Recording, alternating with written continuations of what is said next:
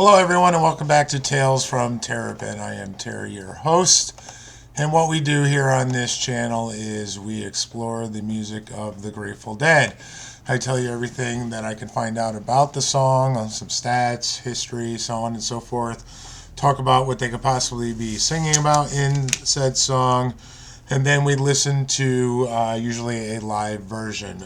In the last episode I did on Broken Chain, and that was so far the only one we did where it was the studio. So I want to take this time to thank everyone that has watched the videos and liked and commented, and especially those of you that have subscribed. And it is that time where I remind you all, is the law of the land of YouTube, and I ask you all to like, share, and subscribe. So if you picked up from that beginning part, what we're going to do today is we are going to do Blow Away, which is a Brent song. When I was looking through the other 8 songs that I've done, I realized that I hadn't done a Brent song yet. So that's what helped drive me to choose Blow Away. So yeah, and please, if there's a song you want me to do, put a comment down, because that'll help me, make a decision. It took a little bit for me to get to not only doing this song, but which version of the song I'm going to play for you. So anyway, let's get into Blow Away. It was written by Brent Midland and John Barlow. It appeared on the Built to Last album, which was the last studio album that the Grateful Dead put out. Built to Last was recorded from February 1st through October 20th of 1989, and then it came out 11 days later on Halloween of 89. I remember when I bought my copy, I definitely went down to the music store down in downtown, and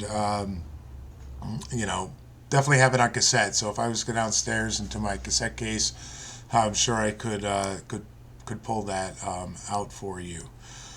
So let's get into what some of you really like, and that is the stats.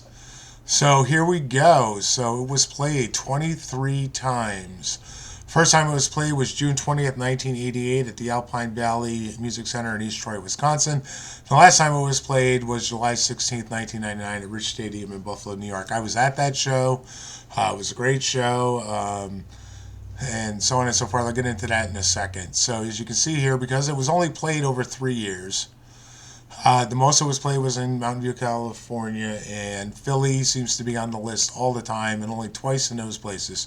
So out of the 23 times, they definitely played it throughout their tour. Even though it was mostly a first set song, it could have shown up on either. There's only a 5-show difference in between the first and second set. So 14 in the first, 9 in the second. And there was a 25-show gap from July 29th of 88 through October 15th of 88. An 18-show gap from the 15th of October 1988 through the 30th of March in 89. And a 14-show gap from 7/7/89 through 9/29/89. And you can see here on Grateful Sets everything that all the shows in the set list, and where it was and whatnot. So as I was saying, I did go to the Buffalo show. Actually, there's a little funny story. I was away. That was prior to my freshman year. So I had the scholarship, or whatever you want to call it, that I got. One of the requirements was that I went to 6 weeks of additional schooling in the summer. So I had to go to summer school beforehand. And we had tickets to this show, and I cleared it with the person in charge. But they were not there that day, so the second in command told me I could not go. That was part of the deal. I couldn't leave. I couldn't go to the show, whatnot. And I more or less was like, well, my friends are already here, and when they leave to go to the show, I'm going with them. And he's like, what do you mean they're already here? And in the dorm we were staying in, one of the doors to rooms downstairs was left unlocked. So we kept it unlocked, and I put my friends in there. So he was like, well, I need to see your friends. The assistant director was like that. So up come the 3 ladies, and then my one guy friend. And then the last friend came walking out, and he's a big dude, and he was very cranky looking because he was lack of sleep. I mean, he's a great guy, and he was pulling his long hair back, walking up, and the eyes on the assistant director got a little bit big, pulled me aside, and said, "You can go to the show." So I want to thank my buddy there for, in my opinion, kind of scaring the guy and letting me go, even though all he did was put his hair in a ponytail. And then we drove to Buffalo. We had a great time. It was a great show, and they played Blow Away. So, what is Blow Away about? Relationships. One of the things I found in my research was that both Brent and John Barlow were going through some things in their marriage, and when we go through the lyrics, it's obvious. Brent liked to be right to the point. So that's what we got going on here with that. So you don't need me to tell you what it's about. You're gonna figure it out.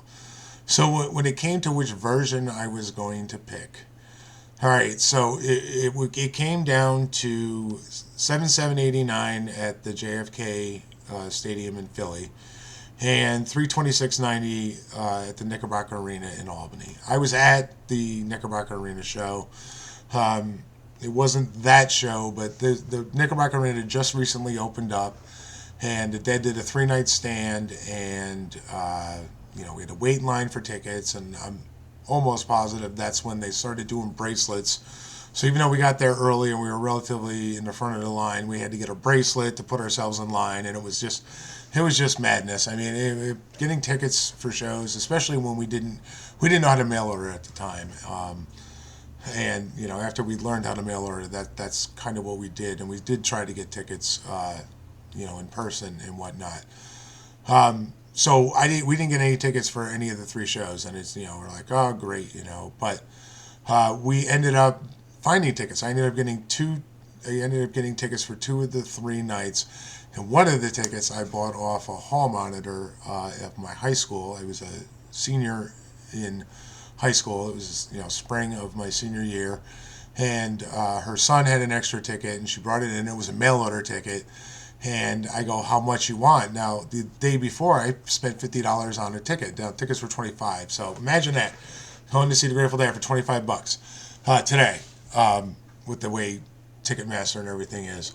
And she's like, you're going to pay face value. And I just kind of looked at her, and I gave her $23. It was $22.50 on the ticket, and she gave me the 50 cents. So thank you, Miss Till, for getting me in that night.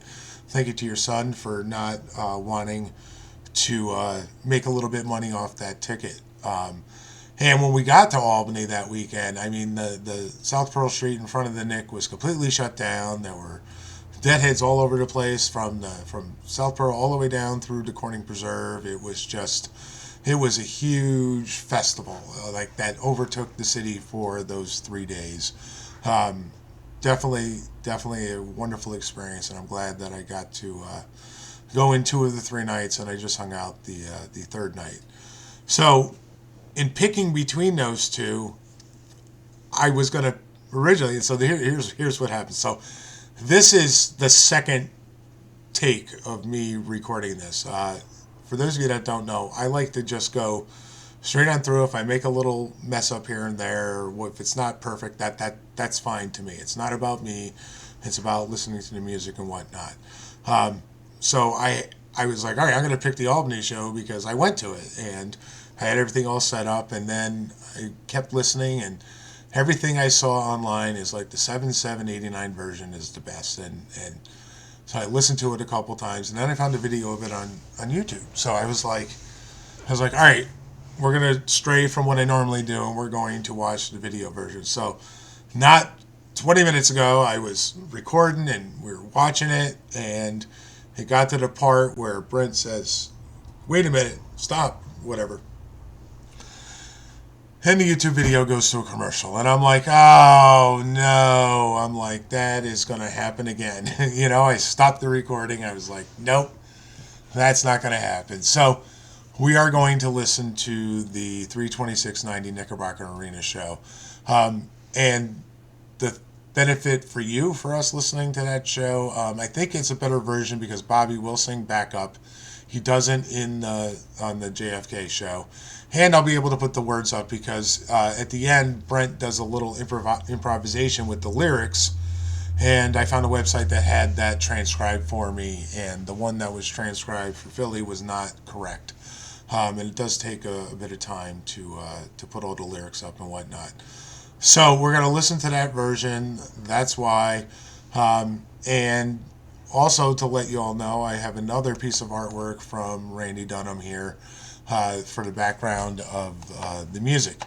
So, yeah, all right. So it's probably time for me to be quiet and let us listen to. One more thing before I forget. When Brent does the stop, one of the things I read is he thought he screwed up like that part because he did it in RFK or JFK. And he did it like probably a couple other times, and he thought he screwed up. But Jerry knew what he was doing, and I guess Billy put the drumsticks in his mouth like a walrus and was goofing off and whatnot. But I want to tell you, seeing the Dead at the Nick was awesome. There was never a bad seat. I've even been behind stage at concerts at that venue, and it's really great. All right, anyway, all right, I'm gonna be quiet now. All right, let's listen to "Blow Away" from 3/26, 1990.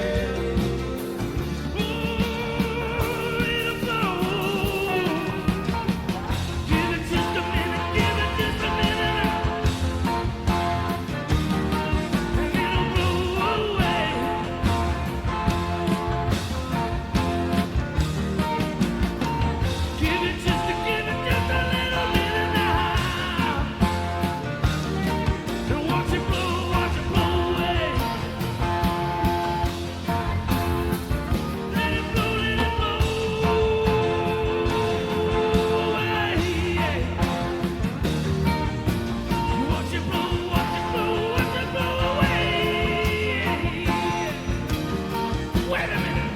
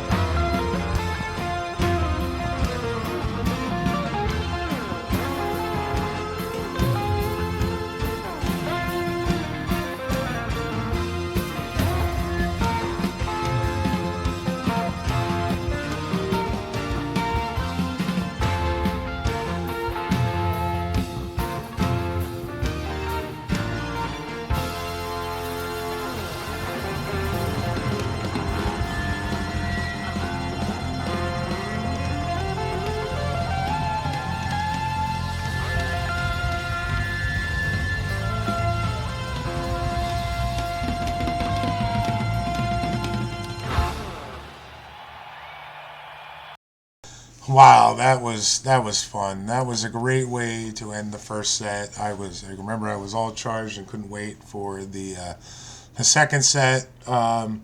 So yeah, that last part there, that was all more or less improvised. The way he did it on 7789 at JFK is a little bit different. I'm telling you all, go watch it. Go watch him perform that. I wish I could have done it here, but I don't have a subscription to YouTube, so I have to deal with the commercials. But yeah, that was Blow Away, and one of my favorite tunes by Brent. Because of Brent, we probably will get into some of the cover songs. You know, he did Dear Mr. Fantasy, and he did Give Me Lovin' with Phil, and a couple of the other tunes. There's this one where he throws Hey Jude in there uh, with Dear Mr. Fantasy. That's probably the one we'll listen to when I get to it. But I got to deal with some of the other covers first. So, yeah, that was Blow Away for 3/26/1990, the Knickerbocker Arena in Albany, New York. So this is my ninth episode. So next episode is episode 10. Some people keep asking me, like, is there a schedule as to when these come out? And the schedule is when I have time to do them. But I do hope to get episode 10 maybe recorded tonight. If not, definitely tomorrow. And because it's the 10th, it's going to be a big one for me. And because it's a little bit of a milestone, you should know what it is without me giving you any hints at all. So thank you all for tuning in and listening to me, whatnot. And remember, it's the law of the land of YouTube. Ask you all to like, share, and subscribe. Please have yourself a grateful day and have fun. Later.